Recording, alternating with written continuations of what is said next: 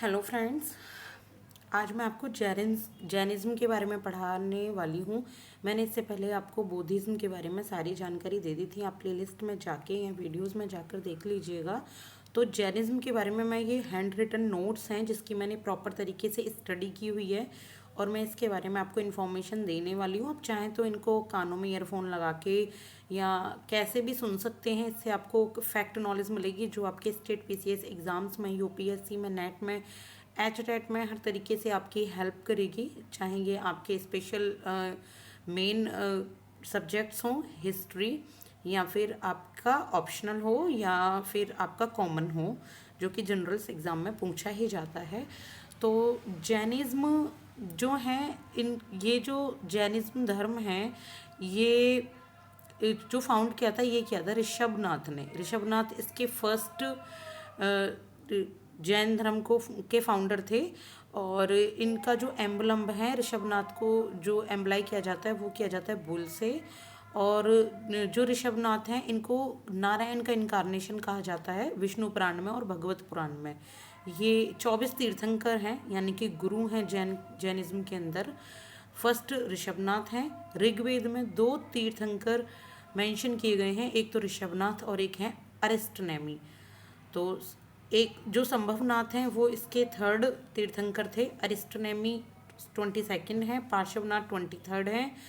पार्श्वनाथ जो थे वो बनारस के प्रिंस थे जिन्होंने अपने थ्रोन को त्याग दिया था और जिनका देहांत हुआ था समेट शिखर पारसनाथ हिल में, जो है झारखंड के गिरिध डिस्ट्रिक्ट में।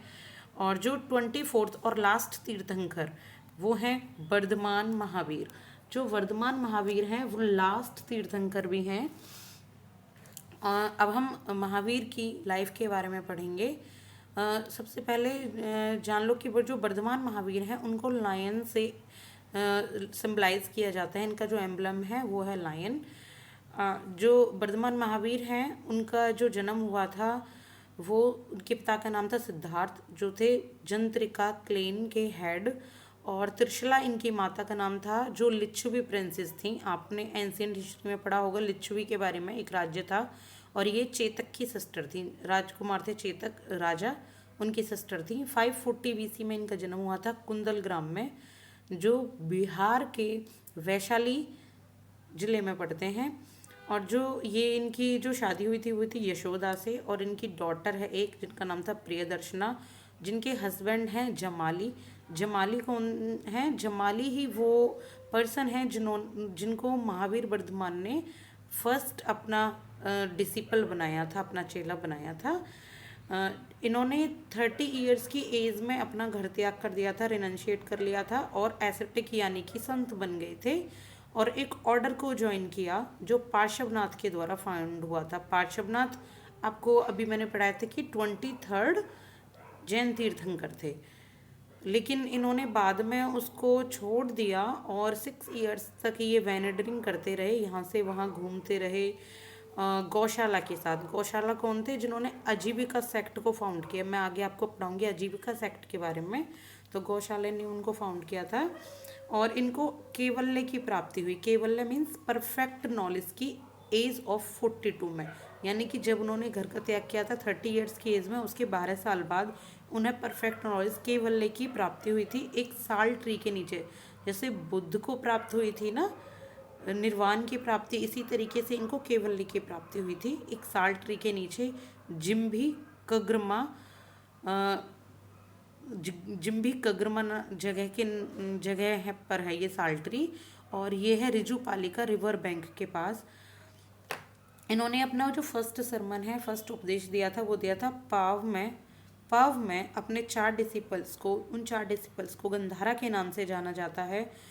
और उन्होंने पाव में ही एक संघ को फाउंड किया। ये 72 ईयर्स की एज में इनका देहांत हो गया 468 बीसी में। कहाँ पे? पावपुरी में, जो राजगृह के पास है। और इनको जैन कहा जाता था। जैन का मतलब जिसकी जीत हुई हो। और इनको जितेंद्रिय, कैवलिन और निर्ग्रंथ के नाम से भी जाना जाता था। Nirgrantha means free from all bonds, यानी कि सारे बंधनों से जो मुक्त हो गया हो। कैवलिन होता है परफेक्ट नॉलेज। अरिहंत के नाम से या महावीर यानी कि द ब्रेव, सबसे बहादुर के नाम से इनको जाना जाता था। और अरिहंत मीन्स ब्लेस्ड। जो इनके फॉलोअर हैं उनको निर्ग्रंथ कहा जाता है या जैन कहा जाता है। देखिए, ये जैनिज्म और वर्धमान महावीर के बारे में बहुत ही बेसिक नॉलेज मैंने आज आपको दी है। ये फर्स्ट पार्ट है जैनिज्म का। इसके बाद मैं आपको सेकंड पार्ट, और जितने पार्ट्स में ये कंप्लीट होगा तो छोटी छोटी वीडियोस के रूप में मैं आपको बना के दूंगी। प्लीज़ इन्हें सुनिए, समझिए, रुक कर इनके बेशक नोट्स बनाइए, 2 बार सुनिए, 2 बार देखिए, और आपको जल्दी ही लर्न हो जाएंगे। एंड बिलीव कि ये आपको आपके जो एग्ज़ाम्स हैं उनमें काफ़ी ज़्यादा हेल्पफुल होंगे। Thank you so much. Please like and subscribe for more videos.